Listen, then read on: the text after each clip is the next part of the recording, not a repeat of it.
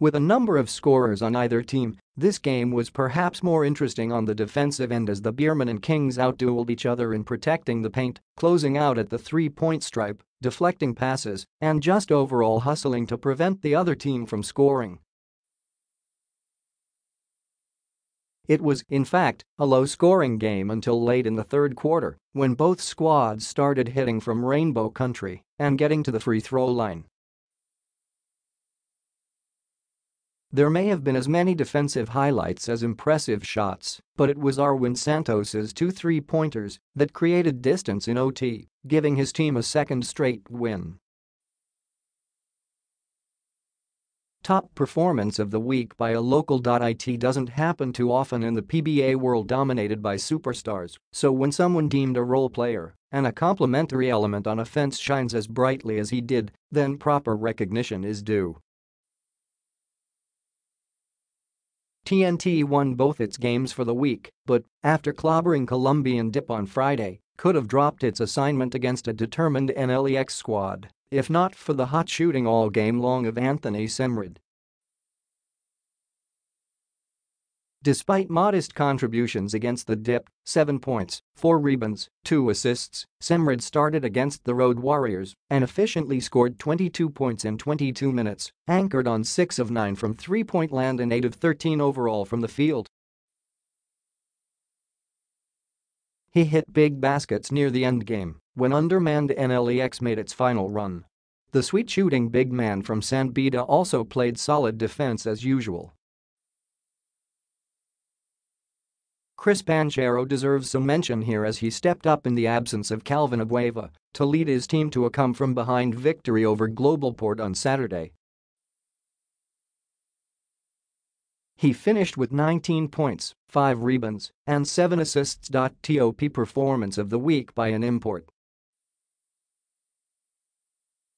Reynaldo Balkman has provided the intensity for San Miguel Beer since he came 3 games ago. He led his team to 2 victories for the week and earns the top performance of the week for an import. Against Phoenix on Wednesday, he scored heavily in the fourth quarter and finished with 35 points, 17 rebounds, 4 assists, and 4 blocks as the Beermen came from behind to win by double digits. Then, against his buddy, Justin Brownlee, and the rest of Barangay Ginebra on Sunday, he overcame 9 turnovers to finish with 27 points, 11 rebounds, 3 assists, and 3 blocks, and another win. A chunk of what Balkman provides for SMB does not show up on the stat sheet. He is a vocal leader, a great defender, an intimidator, and knows how to play within the team's game plan.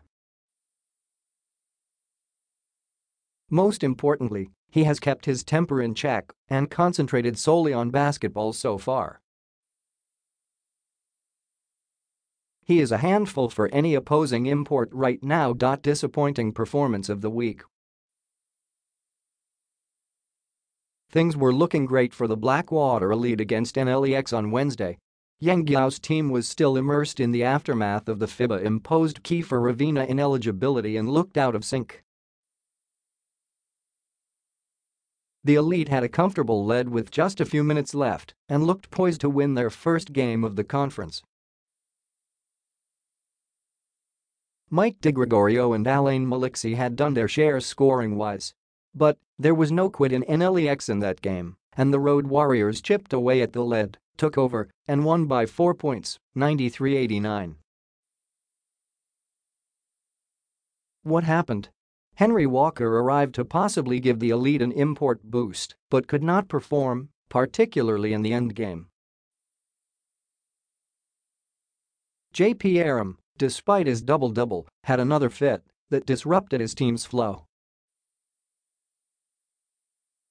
Coach Bong Ramos shook his head in disbelief.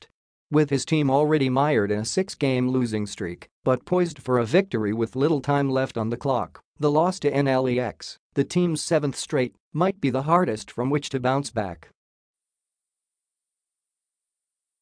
Must-see for this week. There are 7 games this week, with 1 in Legazpi City between Ginebra and NLEX. The most interesting matchup, though, comes last in the schedule. Magnolia, despite its overtime loss to Rain or Shine, is still playing top-notch basketball despite some injuries. It will supposedly parade yet another import this week, its third, quickly dispatching of Curtis Kelly, who performed poorly in his lone game.